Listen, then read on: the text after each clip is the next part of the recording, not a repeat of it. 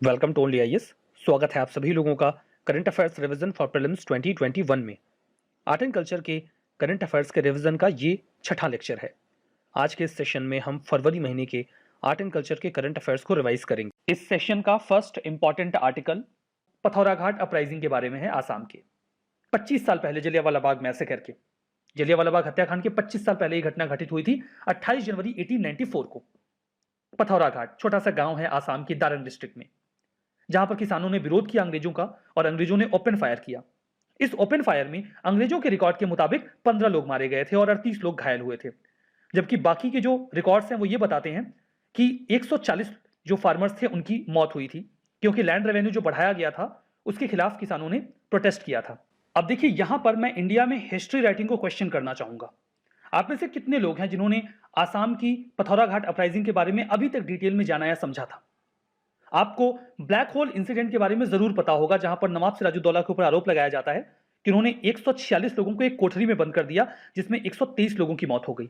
अंग्रेजों ने इस रिकॉर्ड को इतना हाईलाइट किया कि ये आज हमारी हिस्ट्री बुक्स में बहुत हाईलाइटेड फॉर्म में देखने को मिलता है। वहीं वो ओपन फायर करते हैं और 140 किसानों की जान चली जाती है। इस अपराइजिंग के बारे में हमें मेन स्ट्रीम हिस्ट्री में कहीं भी देखने को नहीं मिलता। तो इस बात को हम सभी को लोगों को स्वीकार करना होगा कि हिस्ट्री राइटिंग में कई सारे ऐसे इवेंट्स हैं जिन्हें बहुत ही कम वेटेज दिया गया है या फिर नहीं दिया गया है। खैर, हमें इन चीजों को संज्ञान में लेना चाहिए। पथौराघाट अपराइजिंग के बैकग्राउंड की बात करें तो देखिए, 1826 में आसाम को अंग्रेजों ने नेक्स्ट किया था। उन्होंने जमीन का सर्वे किया और बहुत तेजी से वो रेवेन्यू अपना बढ़ाने के लिए टैक्सेस बढ़ाते गए। 1893 में उन्होंने लैंड टैक्स 70 से 80% तक बढ़ा दिया। किसान नाराज हुए, उन्होंने इसका विरोध किया। अनूप कुमार दत्ता अपनी किताब में लिखते हैं कि जो इंफॉर्मेशन है उसके मुताबिक इस अपराइजिंग में जो भी लोग इन्वॉल्व थे, अंग्रेज इसे सेडिशन यानी कि देशद्रोह के तौर पर देखते थे, and that was the result कि उनके ऊपर ओपन फायर किया गया। इस इवेंट के सिग्निफिकेंस की बात करें तो दत्ता की किताब में इस चीज के एक्सप्लेनेशन के बाद ये काफी इंस्पायरिंग एपिसोड रहा इंडियन फ्रीडम मूवमेंट में। हालांकि मेन स्ट्रीम हिस्टोरिकल डिस्कोर्स में फ्रीडम स्ट्रगल के ये हमें रेयरली देखने को मिलता है। पट्टचित्रा पेंटिंग के बारे में है। इस पेंटिंग का जिक्र अभी हाल ही में हमारे ऑनरेबल प्राइम मिनिस्टर ने अपनी मन की बात प्रोग्राम में किया। इस पेंटिंग के बारे में जान लेते हैं। पट्टचित्रा ये संस्कृत के दो शब्दों से मिलकर बना है। पट्ट यानी कि कैनवस और चित्र यानी कि पेंटिंग। पट्टचित्रा को कपड़े के ऊपर पेंट किया जाता है। ये दो राज्यों में काफी प्रचलित है, वेस्ट बंगाल और उड़ीसा में। सबसे पहले उड़ीसा में जो पट्टचित्रा पेंटिंग बनाई जाती है, जिसे ओडिशा पट्टचित्रा कहा जाता है, उसके बारे में बात करते हैं। देखिए, ये पेंटिंग्स हिंदू माइथोलॉजी पर बेस्ड होती हैं, जो वैष्णव सेक्ट के भगवान जगन्नाथ से इंस्पायर्ड होती हैं। इसमें हमेशा नेचुरल कलर्स का ही इस्तेमाल किया जाता है। ट्री के गम का, सेल्स का या फिर कालिक का इस्तेमाल ब्लैक कलर के लिए किया जाता है। पेंटिंग को ट्रेडिशनल वे में तैयार किया जाता है उड़िया पेंटर के द्वारा, जिसे चित्रकार कहा जाता है। यहां पर स्टाइल की बात करें तो क्लासिकल एलिमेंट्स भी मिलेंगे और फोक एलिमेंट्स भी मिलेंगे। हालांकि जो फोक एलिमेंट्स हैं वो ज़्यादा प्रभावी दिखेंगे आपको इन पेंटिंग्स में, और जो कपड़े या पहनावे दिखाए जाते हैं इन पेंटिंग्स में, वहां पर आपको मुगल इन्फ्लुएंस भी दिखेगा। पॉपुलर थीम्स क्या हैं जिन पर ये पेंटिंग्स बनाई जाती हैं? तो थिया बाधिया, जिसमें भगवान जगन्नाथ को डिपिक्ट किया जाता है। कृष्ण लीला, जिसमें भगवान कृष्ण को दिखाया जाता है बाल रूप में। दशावतार पट्टी, यहाँ पे भगवान विष्णु के 10 अवतारों को दिखाया जाता है। और पंचमुखी, जहां पर भगवान गणेश को 5 मुख वाले देवता के रूप में दिखाया जाता है। बात करते हैं बंगाल पट्टचित्र के बारे में। इसमें जो नरेटिव बंगाली पेंटिंग होती है उसे कपड़े पर पेंट किया जाता है। कई सारे सब्जेक्ट्स होते हैं, माइथोलॉजिकल, रिलीजियस, स्टोरीज, फोकलोर या फिर सोशल इश्यूज भी डिपिक्ट किए जाते हैं। जो बंगाली आर्टिस्ट पट्टचित्रा बनाते हैं उन्हें पटुआ कहा जाता है। यहां पर भी नेचुरल कलर्स का ही इस्तेमाल किया जाता है। देखिए, कालीघाट पट्टचित्र एक वेरिएंट है पट्टचित्रा पेंटिंग का, जो कि बंगाल पट्टचित्रा से बिलोंग करता है। ये लास्ट ट्रेडिशन था जो बंगाल पट्टचित्रा में इवॉल्व हुआ, डेवलप हुआ। इसे डेवलप किया गया था जैमिनी रॉय जी के द्वारा। बहुत ही फेमस पेंटर रहे हैं ये बंगाल के। इन्हें 1955 में state award of Padma Bhushan से भी नवाजा गया था। कई सारे बुद्धिस्ट लिटरेचर में भी पट्टचित्रा पेंटिंग का जिक्र मिलता है, जैसे कि हरिवंशा, अभिज्ञान शाकुंतलम, मालविकाग्निमित्रम और हर्षचरिता। यहां पर हमें इस पेंटिंग का जिक्र दिख जाएगा। तो यह आर्टिकल हमने पट्टचित्रा पेंटिंग पर कवर किया। हमारा अगला आर्टिकल मतुआ कम्युनिटी के बारे में है। एक्चुअली में मतुआ कम्युनिटी के ऊपर इंडियन एक्सप्रेस में एक्सप्लेन्ड पेज पर एक आर्टिकल पब्लिश किया गया था, जिसमें यह बताया गया था कि मतुआ कम्युनिटी का वेस्ट बंगाल की पॉलिटिक्स में कितना प्रोमिनेंट रोल है और अभी ये पॉलिटिकल डायनेमिक्स कैसे चेंज हुए हैं। एक्चुअली में मतुआ कम्युनिटी के लोग 2003 का जो सिटीजनशिप एक्ट है उसमें काफी लंबे समय से अमेंडमेंट की मांग कर रहे हैं ताकि उनके लिए सिटीजनशिप लेना आसान हो जाए। सिटीजनशिप की आवश्यकता क्यों पड़ती है? वैसे तो देखिए, मतुआ कम्युनिटी के लोग बंगाल बॉर्डर के दोनों ही ओर रहते हैं, लेकिन बहुत बड़ी संख्या में इस कम्युनिटी के लोग बांग्लादेश का बांग्लादेश जब इवॉल्व होता है, एग्जिस्टेंस में आता है, तो उस दौरान जो वायलेंसेस हुए तो वो इस तरफ वेस्ट बंगाल में आ गए। उसके बाद से इन्हें सिटीजनशिप अवेल करने में काफी ज्यादा प्रॉब्लम होती है। ये चाहते थे कि कुछ संशोधन कर दिया जाए ताकि ये नागरिकता पा सकें। अभी तक तो ये जो वेस्ट बंगाल में वर्तमान की सरकार है उसका समर्थन करते रहे थे, लेकिन पॉलिटिकल डायनेमिक्स जो एक्सप्लेन किए गए हैं उसमें यह कहा गया कि जब से सरकार ने सिटीजनशिप अमेंडमेंट एक्ट पास किया है उसके बाद से निश्चित तौर पर हो सकता है कि ये कम्युनिटी अब सेंटर में जो सरकार है उसका समर्थन करे। खैर, मतुआ कम्युनिटी का वेस्ट बंगाल की पॉलिटिक्स में क्या रोल है ये हमारे लिए बहुत सिग्निफिकेंट तो नहीं है, बट इनके बारे में हमें जानकारी होनी चाहिए।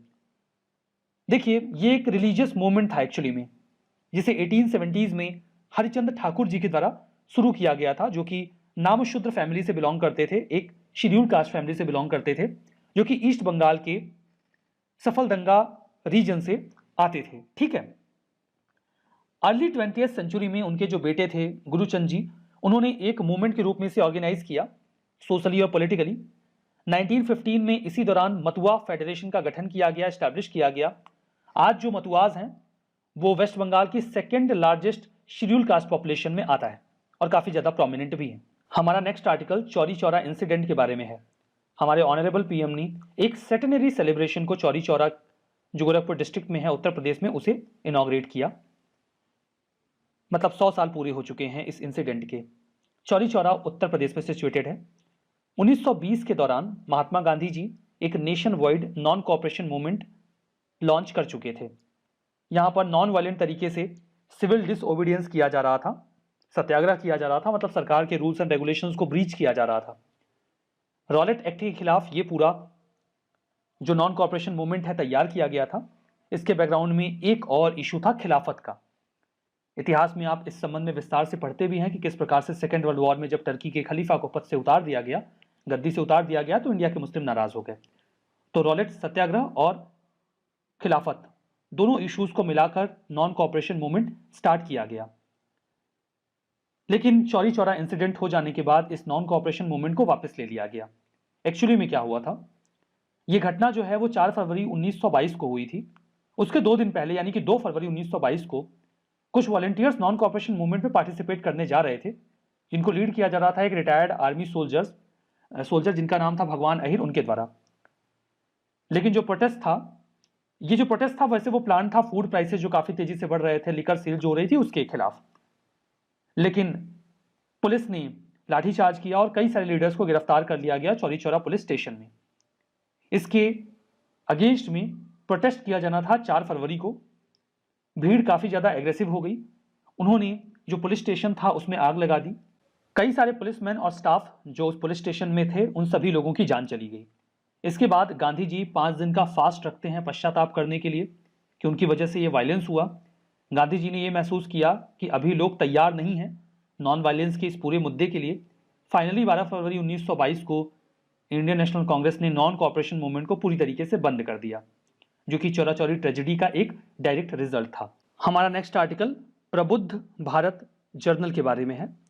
अभी हाल ही में हमारे प्राइम मिनिस्टर ने 125th एनिवर्सरी प्रबुद्ध भारत जर्नल की सेलिब्रेट की जा रही थी, तो वहां पर एक मीटिंग को एड्रेस किया। यहां पर जो इवेंट है इसे अद्वैत आश्रम जो उत्तराखंड का है उसने ऑर्गेनाइज किया था। बात करते हैं जर्नल के बारे में। जर्नल वगैरह पे यूपीएससी अक्सर क्वेश्चन पूछा करती है। ये एक इंग्लिश मंथली जर्नल था। ये रामकृष्ण ऑर्डर से संबंधित एक इंग्लिश मंथली जर्नल था, जिसे 1896 में फाउंड किया गया था स्वामी विवेकानंद जी के द्वारा। स्वामी विवेकानंद जी ने इसका नाम प्रबुद्ध भारत रखा था, जिसका मतलब यह है कि इंडिया की जो स्पिरिट है उसे पोर्ट्रे करने के लिए ये नाम ऑप्ट किया गया था।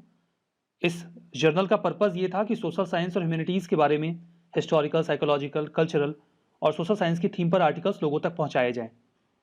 सिग्निफिकेंस ये है कि ये काफ़ी इंपॉर्टेंट जर्नल था, लोगों तक इसकी रीच थी।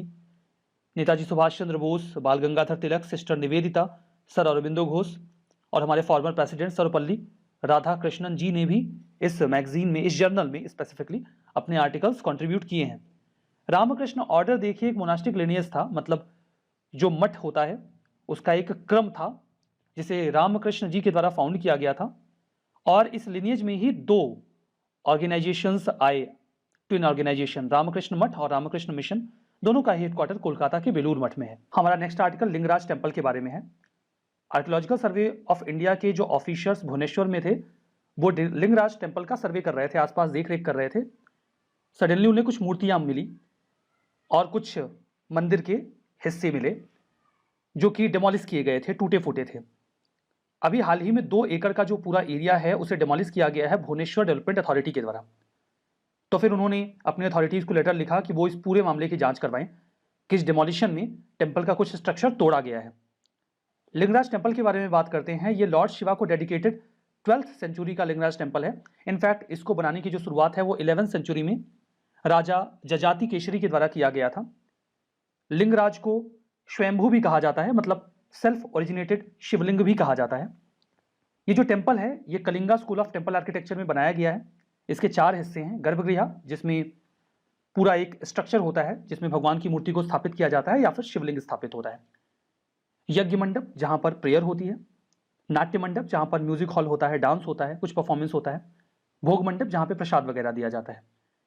लिंगराज टेम्पल जो है वो शैविज्म और वैष्णविज्म का एक कॉम्बिनेशन है, समन्वय स्थापित करता है। क्योंकि इस टेम्पल की जो सेंट्रल डेटी है लिंगराज, वैसे तो प्राइमरली ये भगवान शिव को डेडिकेटेड है, लेकिन इनकी पूजा भगवान शिव और विष्णु दोनों के ही रूप में की जाती है। बिंदुसागर लिंगराज टेम्पल के पास में एक पॉन्ड है जिसे काफी प्योर माना जाता है और सब सेकंड मोस्ट अट्रैक्टिव प्लेस है लिंगराज टेम्पल के बाद। ऐसा माना जाता है कि जो भी पवित्र नदियां हैं उनकी बूंदों से इसे बनाया गया है। कुछ और मॉन्यूमेंट्स जो उड़ीसा में है, कोणार्क सन टेम्पल यूनेस्को की वर्ल्ड हेरिटेज साइट भी है, जगन्नाथ टेम्पल, तारतारिणी टेम्पल और उदयगिरी और खंडगिरी केव्स। हमारा पहला आर्टिकल आसाम के 2 बहुत ही इंपॉर्टेंट हिस्टोरिकल प्लेसेस के बारे में है जो अभी हाल फिलहाल में न्यूज़ में आए क्योंकि हमारे ऑनरेबल प्राइम मिनिस्टर ने वहां पर विजिट किया। इन दोनों प्लेसेस के बारे में हम बात करेंगे। जो पहला प्लेस है दैट इज शिवसागर्स जेरिंग पोथर। तो पहला प्लेस ये होगा। ये प्लेस 17th सेंचुरी में एक हिस्टोरिकल इवेंट के लिए काफ़ी ज़्यादा सिग्निफिकेंट है, जब वहाँ की प्रिंसेस जयमती ने अपने जीवन का बलिदान दिया था अपने पति की जान को बचाने के लिए, जो कि भावी राजा भी थे। और जो दूसरा प्लेस है दैट इज ढेकियाजुली टाउन। ये 1942 के क्विट इंडिया मूवमेंट से जुड़ा हुआ एक प्लेस है। सबसे पहले हम ढेकियाजुली टाउन के बारे में बात कर लेते हैं। 1942 में जब क्विट इंडिया मूवमेंट चल रहा था तो आसाम में जगह जगह पर लोग जुलूस निकाला करते थे, फ्रीडम फाइटर्स के इन जत्थों को मृत्यु वाहिनी या फिर डेथ स्क्वाड कहा जाता था। ये पुलिस स्टेशंस पर कब्जा करते थे और वहां पर तिरंगा फहराया करते थे। इसी क्रम में ढेकियाजुली में जब ऐसा एक जुलूस निकल रहा था तो पुलिस ने ओपन फायर किया और कम से कम 15 लोगों की जान गई। इसमें 3 महिलाओं समेत 12 साल की तिलेश्वरी बरुआ भी थी। अब ये प्लेस सिग्निफिकेंट इसलिए है बिकॉज एक हिस्टोरिकल प्लेस है। ऐसी मान्यता है कि 12 साल की तिलेश्वरी बरुआ पूरे फ्रीडम स्ट्रगल के दौरान शहीद होने वाली यंगेस्ट मार्टायर रहीं। ढेकियाजुली पुलिस स्टेशन को कुछ समय पहले आसाम की गवर्नमेंट ने हेरिटेज स्टेटस भी दे दिया। जो दूसरा हिस्टोरिकल प्लेस है दैट इज जेरिंग पोथर। जेरिंग पोथर में देखिए, ये जो लोकेशन है शिवसागर टाउन में एक ओपन फील्ड है। एक्चुअली में आसाम के एक बहुत बड़े हिस्से पर 1228 से लेकर 1826 के बीच में एक बहुत ही पावरफुल डायनेस्टी रूल किया करती थी जिसे अहोम डायनेस्टी कहा जाता था। मैप में देखिए, ये आसाम का पूरा एरिया है जहां पर आपको अहोम किंगडम दिख रहा होगा। अहोम किंगडम में ये जो पूरा टाइम ड्यूरेशन था उसमें 1671 से 1681 यानी 10 सालों के बीच का समय टर्मोइल से भरा हुआ था, क्योंकि वहां के राजा की मृत्यु हो गई थी और वहां के प्राइम मिनिस्टर ने 14 साल के एक बच्चे को गद्दी पर बिठा दिया था और वो गद्दी के सभी कॉम्पिटिटर्स को जान से मार रहा था। उसी क्रम में उसका शिकार थे प्रिंस गोडापानी, क्योंकि उस 14 साल के बच्चे के बाद वही राजा बनते। वो उन्हें मारना चाहता था लेकिन वो भागकर ये जो साउथ का जयंतिया का और आसपास का जो इलाका है वहां की पहाड़ियों में छिपे हुए थे, जिसकी जानकारी उनकी पत्नी को थी। तो जो प्राइम मिनिस्टर था उसने जोयामती को बंदी बना लिया और उन्हें जो थॉर्नी प्लांट होता है उससे बांधकर ओपन फील्ड में काफी लंबे समय तक टॉर्चर किया गया ताकि वो अपने पति के ठिकाने की जानकारी उनको दे दे। ठिकाने की जानकारी देने का मतलब ये था कि उनके पति की जान ले ली जाती। उन्होंने काफी टॉर्चर सहने के बावजूद अपने पति के बारे में कोई भी जानकारी नहीं दी। फाइनली इस टॉर्चर में उनकी जान चली गई, लेकिन उन्होंने अपने पति की जान बचा ली। उसके बाद जो उनके पति थे वो अहोम किंगडम के राजा भी बनते हैं और 15 सालों तक शासन जो उनका रहा वो काफ़ी बढ़िया शासन रहा। इस प्लेस की सिग्निफिकेंस इस लिहाज से है, वैसे इस एरिया को, मतलब इस ओपन ग्राउंड को तो आर्कियोलॉजिकल साइट के तौर पर प्रोटेक्ट नहीं किया गया है, लेकिन आसपास बहुत सारे एरियाज हैं जो प्रोटेक्टेड साइट्स हैं, जैसे कि ना पुखुरी, ये एक टैंक है इस ग्राउंड के ईस्ट में। पोहूगढ़, ये एक नेचुरल जू है जो अहोम एरा में ही तैयार किया गया था। एक लार्ज जॉयसर टैंक है जिसे अहोम किंग स्वर्गदेव रुद्र सिंह ने 1697 में बनाया था, और विष्णुदेव टेम्पल भी यहीं आसपास है। 2017 में अभी आसाम साहित्य सभा ने शताब्दी सेलिब्रेशन जो एक होता है उसे इसी ग्राउंड में कंडक्ट किया था। तो कई सारे अब जो इवेंट्स होते हैं, अगर वो सिग्निफिकेंट हैं तो इस प्लेस को उसके लिए चूज किया जाता है। तो ये पूरा आर्टिकल हमने यहाँ पर कवर किया। हमारा नेक्स्ट आर्टिकल किन्नल क्राफ्ट के बारे में है। सोशल मीडिया की वजह से जो किन्नल क्राफ्ट के आर्टिशियंस उन्हें काफ़ी फ़ायदा हुआ। वुडन डॉल्स जो वो बनाते हैं उसको वो आसानी से एडवर्टाइज कर पाए और ऑनलाइन तरीके से उसे बेच भी पाए। किन्नल क्राफ्ट के बारे में बात करते हैं। किन्नल क्राफ्ट या फिर किन्नल क्राफ्ट ये एक ट्रेडिशनल वुडन क्राफ्ट है जो कि कर्नाटका के कोप्पल डिस्ट्रिक्ट के किन्नल या फिर किन्नल टाउन में काफ़ी ज़्यादा प्रचलित है। इस क्राफ्ट को 2012 में जीआई टैग भी दे दिया गया था। देखिए, जो आर्टिशियंस होते हैं इन्हें चित्रकार कहा जाता है। ये लोकल वैरायटी की एक लकड़ी होती है जिसे पोल्की मारन बोला जाता है। उसी लकड़ी का इस्तेमाल करके लकड़ी की मूर्तियां वगैरह बनाते हैं। बाद में उसके ऊपर प्लास्टर ऑफ पेरिस भी लगाया जाता है। जो क्राफ्ट है, ऐसी मान्यता है कि इसे 15th-16th सेंचुरी से ही बनाया जाता रहा है। शुरुआती दौर में इसे विजयनगर एम्पायर ने पैट्रोनेज दिया और बाद में कोप्पल के नवाब ने भी इसे आश्रय दिया। ऐसी भी मान्यता है कि जो हम्पी चैरियट है जिसमें बहुत अच्छी कार्विंग की गई है उसे किन्नल आर्टिशियंस ने ही किया था। वाटर कलर इस्तेमाल किया जाता है इसमें। रेड, ग्रीन, येलो और ब्लैक ये फेवरेट कलर्स हैं जो किन्नल आर्टिस्ट हैं उनके लिए। थीम्स की बात करें तो वो देवी देवताओं की मूर्तियां बनाया करते हैं, लाइक हनुमान जी, गरुड़ जी, गोवरी या फिर दुर्गा माँ। ये इनके कुछ सिग्नेचर क्रिएशंस होते हैं। कई तरीके के जो आर्टिशियंस हैं वो कुछ बहुत बड़ी मूर्तियां बनाते हैं विलेज फेस्टिवल्स के लिए, या फिर ओरू हब्बा, क्रेडल्स या चौकीज भी उनकी द्वारा बनाई जाती हैं। सिग्निफिकेंस की बात करें तो देखिए, जो किन्नल टॉयज होते हैं उसमें गोल्ड और सिल्वर कलर का जो इस्तेमाल किया जाता है वो बहुत ही स्पेशल टेक्निक से तैयार किया जाता है जिसे लाजावरा कहा जाता है। लाजावरा मेथड से इसको तैयार किया जाता है। वो जो टिन होती है उसे पीटते हैं, बहुत देर तक पीटने के बाद बिल्कुल उसे एक पाउडर में कन्वर्ट कर देते हैं और उसी पाउडर को सिल्वर और गोल्ड पेंट के तौर पे इस्तेमाल किया जाता है। इसे बनाने का तरीका बहुत ही एक्सपेंसिव और टीडियस होता है जो कि किन्नल क्राफ्ट की वैल्यू को बहुत ज़्यादा इनहेंस कर देता है। तो ये पूरा आर्टिकल हमने यहाँ पे कवर कर लिया। हमारा नेक्स्ट आर्टिकल कोच राजवंशीज के बारे में है। अभी हाल ही में यूनियन होम मिनिस्टर ने इस कम्युनिटी के साथ बातचीत की, दैट्स वाई ये न्यूज़ में आए। हमारे लिए ज़रूरी है कि हम इस कम्युनिटी के बारे में जानें। ये कम्युनिटी अपना रूट डिराइव करती है कामटा किंगडम के साथ या कमाटा किंगडम के साथ। आप इस मेडवेल एरा के मैप को देखिए, यहाँ पर आपको एक कामरूप किंगडम दिख रहा है। इस कामरूप किंगडम का जो वेस्टर्न पार्ट है उसी को मिलाकर ये कामटा किंगडम शुरू हुआ था, जो धीमे धीमे यहाँ जो आज हमारा वेस्ट बंगाल का एरिया है, कुछ हिस्सा बिहार उड़ीसा का है, उसे भी धीमे धीमे एक्सपेंड करके कवर कर लेता है। तो इसी पूरे एरिया में किंगडम रहा था अर्लियर। अब यहाँ पर ये जो वर्ड है राजवंशीज, आपको समझ में आ रहा होगा कि ये राजवंशी शब्द से निकला हुआ है, मतलब कोई ऐसा जो रॉयल फैमिली से बिलोंग करता हो। तो जो कामटा किंगडम है वो आसाम, वेस्ट बंगाल और आसपास के एरियाज में फैला हुआ था। मेडवेल पीरियड में 13th सेंचुरी में ये काफ़ी ज़्यादा प्रोमिनेंट थे बांग्लादेश, वेस्ट बंगाल, बिहार और इंडिया के नॉर्थ ईस्ट रीजन में। इंडिपेंडेंस के बाद कूच बिहार का जो इलाका था वहाँ पर ये काफ़ी डोमिनेंट थे, तो वो वेस्ट बंगाल का हिस्सा बन गया। आज जो कोच राजवंशीज हैं वो आसाम, मेघालय, वेस्ट बंगाल, बिहार, बांग्लादेश, नेपाल और भूटान के कुछ हिस्सों में पाए जाते हैं। अब यहाँ पर इनकी पॉपुलेशन की अगर हम वेस्ट बंगाल में बात करें तो लगभग 33 लाख के ऊपर इनकी पॉपुलेशन है, जो कि वेस्ट बंगाल के नदर्न हिस्से में बहुत ज़्यादा है, और एक बहुत बड़ी प्रेजेंस इनकी आसाम में भी है। तो इलेक्शन के पॉइंट ऑफ व्यू से भी ये कम्युनिटी काफ़ी ज़्यादा इंपॉर्टेंट हो जाती है, इसलिए भी अलग अलग पार्टीज इनके साथ कम्युनिकेट करती रहती हैं। आर्टिकल थोलपावा कोथू के बारे में है। देखिए, जब परंपराओं का मिलन आधुनिकता के साथ होता है तो निश्चित तौर पर हमें कुछ बेहतर मिलता है। For the first time robotic shadow leather puppet का इस्तेमाल किया गया और उसके लिए एक लेदर पपेट को इंस्टॉल किया गया पलक्कड डिस्ट्रिक्ट हेरिटेज म्यूजियम में। देखिए, शैडो पपेट्री में होता यह है कि पपेट सीधे सीधे नहीं दिखता, रेदर उसकी छाया एक पर्दे पर दिखती है। तो बैकग्राउंड में जो पपेट है यूजुअली वो लेदर का इस्तेमाल किया जाता था, लेकिन अब उसकी जगह पे एक रोबोट का इस्तेमाल किया जाएगा जो भी स्टोरीज हैं उनको डिपिक्ट करने के लिए। ऐसा पहली बार किया जा रहा है, इनोवेटिव है और काफ़ी अच्छा है। अब देखिए, थोलपावा कोथू एक प्रकार की शेडो पपेट्री है जिसके कुछ और भी नाम है, लाइक निझाल कोथू या फिर ओला कोथू। ये केरला में प्राइमरली परफॉर्म किया जाता है। टेम्पल आर्ट है, एक प्रकार की टेम्पल्स वगैरह में परफॉर्म किया जाता था। देखिए, जो भद्रकाली टेम्पल है पलक्कड़ का, वहां पर इसे परफॉर्म किया जाता था रामायणा की जो स्टोरीज है उनको डिपिक्ट करने के लिए। इसमें एक पर्दा लगा दिया जाता है, पर्दे के पीछे कई सारे दीपक जला दिए जाते हैं और जो पेपेट्री प्ले करवा रहा होता है वो उस दीपक के पीछे खड़ा होता है, तो उसकी परछाई बाहर पर्दे पे नहीं जाती, केवल जो पपेट होता है उसकी ही परछाई पर्दे पर जाती है।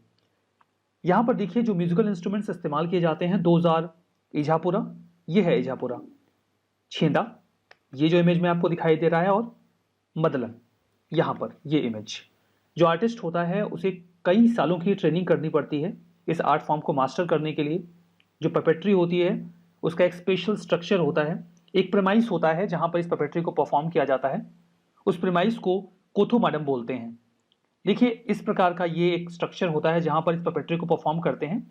एक लंबा सा स्पेस लिया जाता है ताकि पूरी स्टोरी को यहाँ पर नरेट किया जा सके, और यहीं पर एक पर्दा लगा दिया जाता है। यहाँ पर ऑडियंस बैठकर इस पपेट्री के परफॉर्मेंस को देख सकते हैं। ठीक है, यहाँ पर देखिए कुछ शैडो पपेट्री के नाम अलग अलग राज्यों में क्या क्या है उन पर बात करते हैं।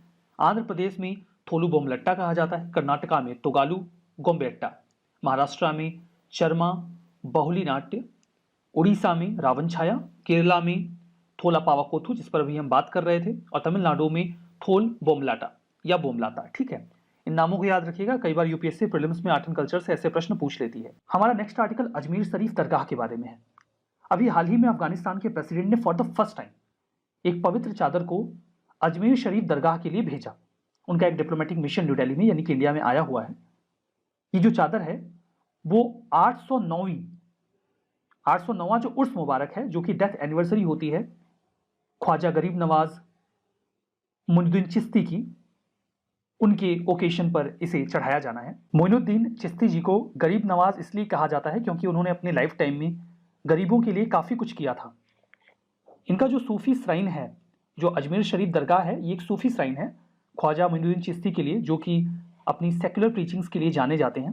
राजस्थान में है। ये बनवाया किसने था? मुगल एम्परर हुमायूं ने, जो कि इनका फॉलोअर था। ये जो पूरा श्राइन है अजमेर शरीफ दरगाह, इसमें एक चिश्ती ग्रेव है यानी कि मकबरा है, जो कि व्हाइट मार्बल के डोम के अंदर है। इस स्ट्रक्चर में आपको 11 आर्क मिलेंगे और पर्शियन इंस्क्रिप्शंस भी लिखे हुए मिलेंगे। अंदर कई सारे मॉस्क भी हैं, मस्जिद भी हैं, जिन्हें अकबर और शाहजहां के द्वारा बनवाया गया था। वो साल में एक बार यहाँ विजिट करते थे। उर्स फेस्टिवल की बात करते हैं। ये एक एनुअल फेस्टिवल होता है जो कि राजस्थान के अजमेर में सेलिब्रेट किया जाता है। जो सूफी सेंट मोइनुद्दीन चिश्ती हैं, उनकी एनिवर्सरी को, जो उनकी डेथ एनिवर्सरी है, उसे कमेमोरेट किया जाता है इसके जरिए। मोइनुद्दीन चिश्ती इंडिया में जो चिश्तिया सूफी ऑर्डर है उसके फाउंडर माने जाते हैं। 6 दिन का ये पूरा ओकेशन होता है। इसमें एक इंपॉर्टेंट फीचर होता है नाइट लॉन्ग धिक्र, या जिसे जिक्र भी कहा जाता है, जिसमें कव्वाली गाई जाती है। इस एनिवर्सरी को इस्लामिक लूनर कैलेंडर के 7वें महीने में सेलिब्रेट किया जाता है। हमारा नेक्स्ट आर्टिकल एक्सटिंक्शन रेबेलियन के बारे में है।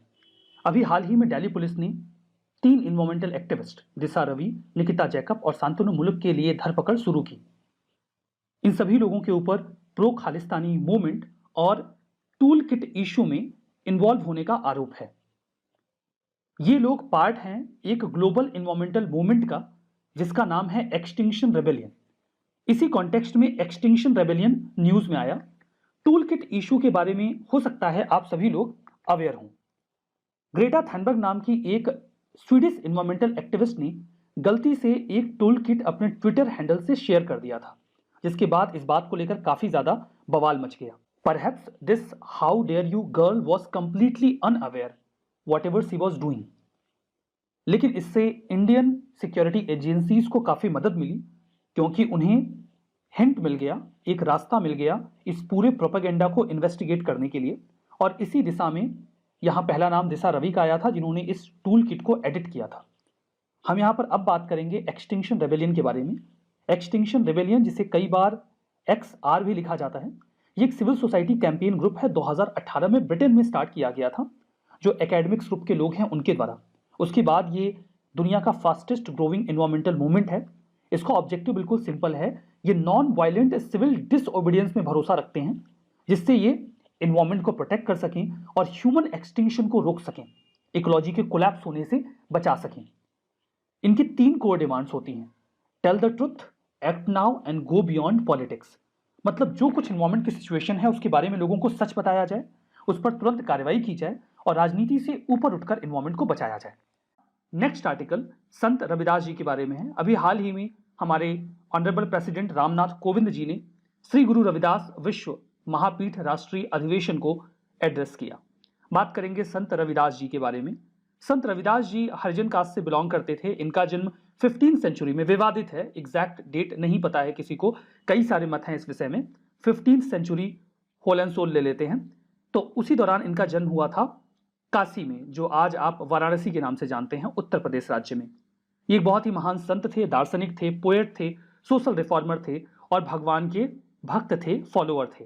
इनके कॉन्ट्रीब्यूशंस या टीचिंग्स की अगर आप बात करें तो ये हमेशा सामाजिक समानता की बात करते थे, इक्वलिटी की बात करते थे। इनका मानना था कि किसी भी प्रकार के डिस्क्रिमिनेशन को फॉलो नहीं किया जाना चाहिए। वो एक ऐसे समाज की कल्पना करते थे जहां पर सभी लोग समान हों और किसी प्रकार का भेदभाव ना हो। वो उसे बेगमपुरा कहते थे, मतलब एक ऐसी जगह जहां किसी को कोई गम नहीं है, कोई दुख नहीं है। वो एक बहुत ही फेमस और लीडिंग निर्गुण संप्रदाय के सेंट थे। निर्गुण संप्रदाय एक ऐसा संप्रदाय था भक्ति मूवमेंट के दौरान जो फॉर्मलेस गॉड की पूजा किया करता था। एक था सगुण संप्रदाय जो ईश्वर को एक स्वरूप में पूजते थे भक्ति मूवमेंट के दौरान, नॉर्थ इंडिया में स्पेसिफिकली। गुरु रविदास जी ने जो वर्सेस लिखे हैं उसमें से 41 वर्सेस आपको सिखिज्म की एक बहुत ही होली बुक है गुरु ग्रंथ साहिब, उसमें मिलेंगे, जिसे गुरु अर्जुन देव जी के द्वारा कंपाइल किया गया था। ये 5th गुरु थे सिख गुरुओं में, ठीक है। इंडिया का जो कॉन्स्टिट्यूशन है वो संत रविदास जी के जो भी वैल्यूज रहे हैं उन्हें सोशल जस्टिस, फ्रीडम, इक्वलिटी और फ्रेटर्निटी के फॉर्म में इनकलकेट करता है।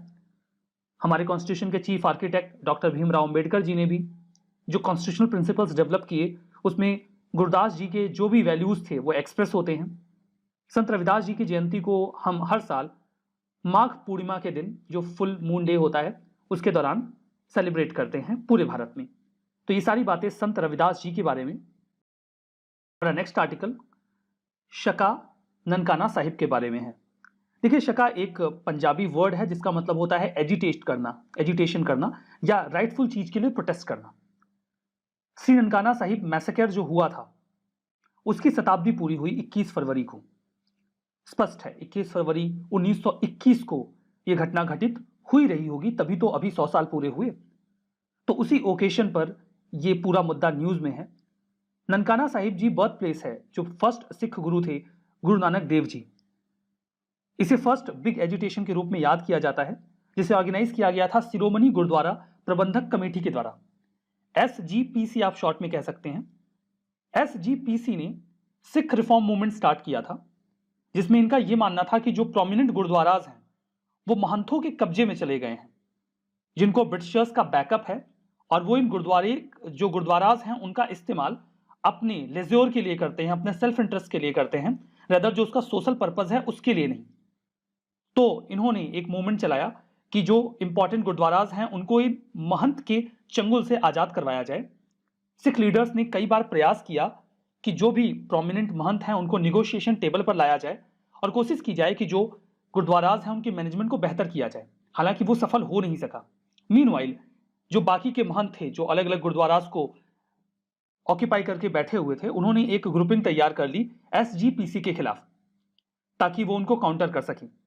फरवरी 21, 1921 को अनआर्म्ड सिख लीडर्स, जिसे जत्था कहा जाता है, उन्होंने ननकाना साहिब में एंटर किया, जो कि वर्तमान में पाकिस्तान में है, ताकि वो उस गुरुद्वारे को महंतों के कब्जे से आजाद करा सकें। वो तो अनआर्म्ड थे, लेकिन गुरुद्वारे के अंदर हथियारों के साथ पूरी तैयारी थी जो उन महंतों ने कर रखी थी, और उसके बाद ओपन फायर किया गया, वायलेंस हुआ जिसमें कई सारे सिख लीडर्स की और जो लोग एजिटेट कर रहे थे उनकी जान गई। ये संख्या 60 बताई जाती है, कई जगहों पर यह संख्या 140, 150 भी बताई जाती है, मतलब काफ़ी बड़ी संख्या में लोग मारे गए। ऐसा जो सिख लीडर्स थे उनका यह मानना था कि इसमें ब्रिटिशर्स का भी इन्वॉल्वमेंट रहा। महात्मा गांधी जी ने इसके बारे में कहा कि ये जलियांवाला बाग मैसेकर से भी बड़ा मैसेकर था, क्योंकि जब वो ननकाना साहिब में एंटर करते हैं तो सारे गेट्स को बंद कर दिया जाता है ताकि वो बाहर ना निकल पाए, और उसके बाद उन्हें जान से मार दिया जाता है। बात करते हैं गुरु नानक देव जी के बारे में। इनका जन्म 15 अप्रैल 1469 को राय भोई की तलवंडी में हुआ था, जो वर्तमान में लाहौर के नजदीक में है, पाकिस्तान में, जो मॉडर्न डे पाकिस्तान है, वहां के शेखपुरा डिस्ट्रिक्ट में। इन्हें सिखिज्म के फाउंडर के रूप में याद किया जाता है। ये 10 सिख गुरुओं में से पहले थे। 15वीं सेंचुरी में इन्होंने सिखिज्म को फाउंड किया। गुरु ग्रंथ साहिब जो बहुत ही होली बुक है सिखिज्म की, उसको लिखने की शुरुआत इन्होंने ही करी थी, और इन्होंने 974 हाइम्स उसमें लिखे थे। ये निर्गुण भक्ति को प्रोपोगेट करते थे, एडवोकेट करते थे, मतलब फॉर्मलेस गॉड की पूजा में विश्वास रखते थे। इनका मानना था कि ईश्वर एक ही है, और ईश्वर तक पहुंचने के लिए हम मेडिटेशन और जो पवित्र प्रक्रियाएं हैं उनका सहारा ले सकते हैं। इन्होंने कॉन्ग्रीगेशनल वर्शिप, संगत, जो सभी लोग एक साथ मिलकर कलेक्टिव रिसाइटेशन करते हैं, सस्वर पाठ करते हैं, उसको एडवोकेट किया। इनकी जो वर्सेस हैं वो सेल्फलेस सर्विस, ह्यूमैनिटी के प्रति प्रीच करती हैं। हमें सभी लोगों की सेवा करनी चाहिए, सोशल जस्टिस सभी लोगों के लिए इंश्योर हो, प्रॉस्पेरिटी इंश्योर हो, इसकी बातें की गई हैं। गुरु नानक देव जी ने साउथ एशिया, मिडिल ईस्ट तक अपनी टीचिंग्स को स्प्रेड किया ट्रेवल करके, और इनके बर्थ प्लेस पर ही इस ननकाना साहिब गुरुद्वारे का निर्माण करवाया गया। उस समय इसका निर्माण महाराजा रणजीत सिंह जी के द्वारा करवाया गया था। हमारा नेक्स्ट आर्टिकल श्री मन्नाथू पद्मनाभन के बारे में है। प्राइम मिनिस्टर ने अभी हाल ही में इनकी पुण्यतिथि पर इन्हें ट्रिब्यूट पे किया। बात करते हैं, इनका जो जन्म है वो 2 जनवरी 1878 एडी को पेरुन्ना में हुआ था, जो कि केरला का एक छोटा सा टाउन है। ये ग्रेट फिलैंथ्रोपिस्ट थे जिन्होंने अपनी पूरी लाइफ जो नायर कम्युनिटी जो काफ़ी ज़्यादा डाउन टोडन थी उसके अपलिफ्टमेंट के लिए लगा दिया। इन्होंने टीचिंग के साथ अपनी करियर की शुरुआत की 1893 में गवर्नमेंट प्राइमरी स्कूल में। 1905 में इन्होंने मजिस्ट्रेट कोर्ट में लॉ को प्रैक्टिस किया। 1914 में इन्होंने नायर भारतीय जनसंघ की स्थापना की नायर कम्युनिटी के अपलिफ्टमेंट के लिए, और 1924 में इन्होंने वैकोम और गुरुवयूर जो टेम्पल एंट्री कैंपेन्स थे उसमें पार्टिसिपेट किया। शवर्ण जत्था जो कि एक एंटी अनटचेबिलिटी एजिटेशन था, उसमें भी इसे भी इन्होंने लीड किया। इन्होंने एक फेमस मूवमेंट को लीड किया विद द टाइटल गुरुवयूर सत्याग्रह। 1950 में इन्होंने अपना टाइटल छोड़ दिया और अपना नाम रखा पद्मनाभन। इनका मानना था कि ये जो कास्ट आइडेंटिटीज़ हैं, ये सोसाइटी को डिवाइड नहीं करनी चाहिए। 1959 में इनकी सर्विसेज के लिए प्रेसिडेंट ऑफ इंडिया ने इन्हें भारत केसरी का दर्जा दिया, लायन ऑफ इंडिया, और 1966 में इन्हें पद्म भूषण दिया गया। तो आज के इस सेशन में बस इतना ही। Thank you very much.